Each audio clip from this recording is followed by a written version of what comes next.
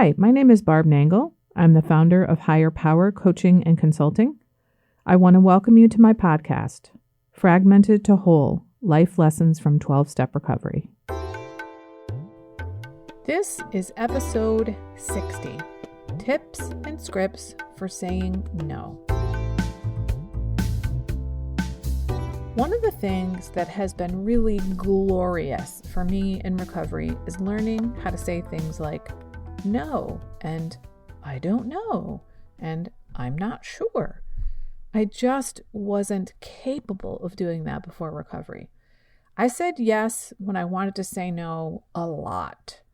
And then I often resented the other person for, quote, making me do things. I now know that my part in the resentment was that I didn't say no. So today I'm going to share some things that I've learned about how to say no, which is one of the best ways to set boundaries with people.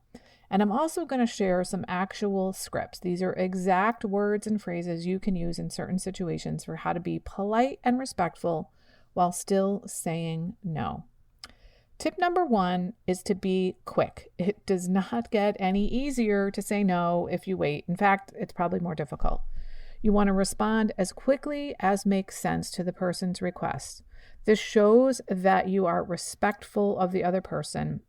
And it's also going to give you peace of mind because it's done.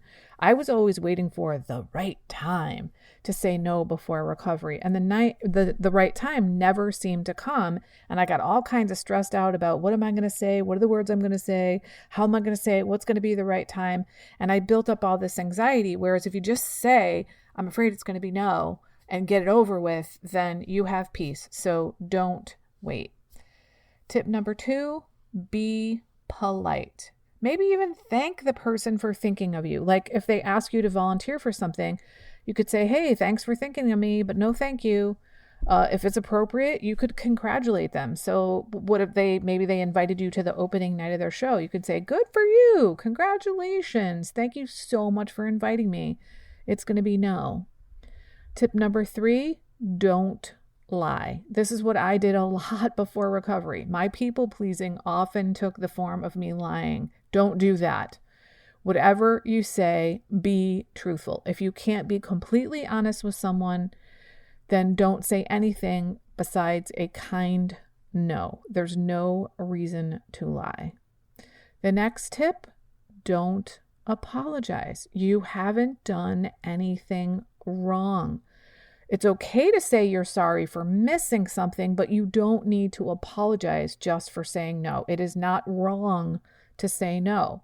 You get to live your life the way you want, which includes being able to spend your time the way you want to. Next tip, give a reason. There's some research that shows that the word because makes people more likely to understand something. It softens the blow and provides context for the person. But be cautious about this one. You don't want to let it turn into a back and forth as they try to convince you or invalidate whatever the reason you gave them. You'll start to learn situations where a simple no is best rather than saying because as you get better and better at saying no. And this is a practice. You do have to work at it. And I'm here to tell you that it does get easier over time. The next tip is that you can also give an alternative. If you could say something like, well, how else can I contribute? If they invite you to a fundraiser and you can't go, maybe you can make a donation. If they invite you to lunch and you can't make it, you could say, can we squeeze in a phone call? So it's always a good idea to emphasize what you can do, not what you can't do, no matter who it's with. Now I'm going to turn to some of those scripts I talked to you about.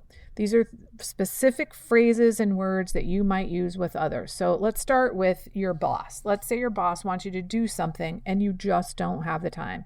You could say something like, I can see how important this is. Can we take a look together at my workload? There's a lot going on right now and I want everything to be done just right. I'll either need to put this aside for now or we'll have to put someone else on that project.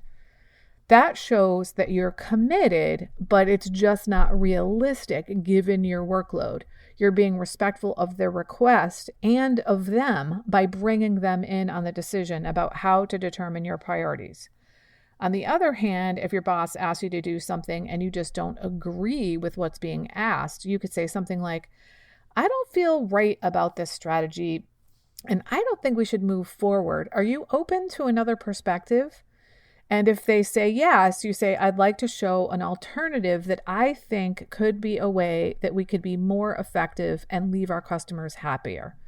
This is incredibly respectful and also mature in disagreeing with them and sharing your opinion.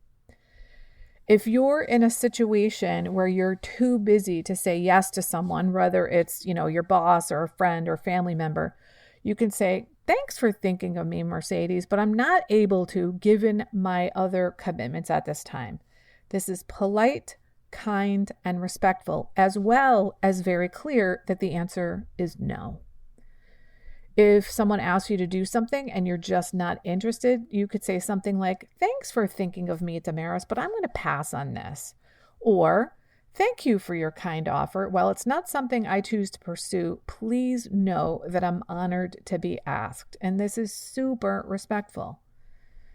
If you have the kind of job where you work with clients and a client requests something that's not your area of expertise, you could say something like, this is a great idea, but I have to pass because my skills aren't a good match for what you want. Or if you happen to know someone who could actually help them, you could say, this is a great idea, but I have to pass because this project falls outside of my expertise. What you need is someone who can do this. And here's a few referrals to get you started. And then one thing that I find a lot of small business owners have a very hard time with is saying no when their client has already agreed to a certain scope of work, but then they're trying to expand that scope of work without paying additional money. You can say, I'm excited that you're happy with the work that we're doing together and you'd like to do more. Our current arrangement is for X, for this specific outcome, whatever that is. You've already agreed on X dollars per hour rate for that.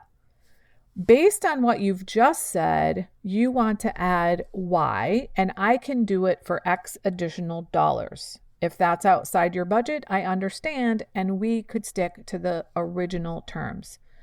That way, you're very clear with them that you want to do it, but not within the budget you've already agreed to for the scope of work you've already agreed to. This shows that you're a professional, and it allows you to continue working with your client without becoming resentful of them. Some people allow the client to expand the scope of work without negotiating for more money, and then they blame the client for, quote, taking advantage of them. Well, it's actually your fault if you don't set the boundary. They're not taking advantage of you. You're giving away your time. The last thing that I'll share that I found to be incredibly helpful, regardless of the kind of relationship you have with the person, is to depersonalize your boundary by saying you have a rule. You can say, our friendship is really important to me, and as a rule, I don't lend money to friends. This lets them know it isn't about them specifically. It isn't about them personally. It's about the fact that you have a rule. And I found this particular strategy to be really helpful when I'm setting a new boundary where there wasn't one before. That way, the person is less likely to take it personally if you say, I have a new rule. I don't lend money to friends any longer. I hope these tips and scripts are helpful in giving you the language you need to set boundaries in your life. It's been really helpful for me to think through what I'm going to say to somebody ahead of time. It doesn't necessarily come out of my mouth exactly like that, but at least if I've rehearsed ahead of time, I get nervous and my thinking brain shuts off, which is usually what happens when I get nervous. and I've rehearsed, so I know what I'm going to say ahead of time, and I have a much better chance of remembering the words I want to use. As I've learned to have better and better boundaries in my life, I got a lot more peace and serenity, and I hope the same is true for you too. Boundaries have definitely been a huge part of the relief I've gotten in recovery. I don't feel pressure to do things I'm not interested in or to be someone that I'm not, like a people pleaser. So I hope this is helpful to you. Be well, my friends. That's it for today. If you like what you've heard here, then you just might be interested in private coaching with me. If that sounds like you, head on over to my website, which is higherpowercoachingandconsulting.com, and click on the contact menu. I'd be happy to schedule a consultation with you to help you make lasting changes in your life, like I've made deep, lasting changes in my life. My ideal client is someone who is ripe for change, but I'll coach anyone who wants to be happy, joyous, and free. So if that's you, shoot me an email. I'd love to hear from you. Thanks for listening. Be sure to like and subscribe so you can be sure to get future episodes of my podcast. Thanks again.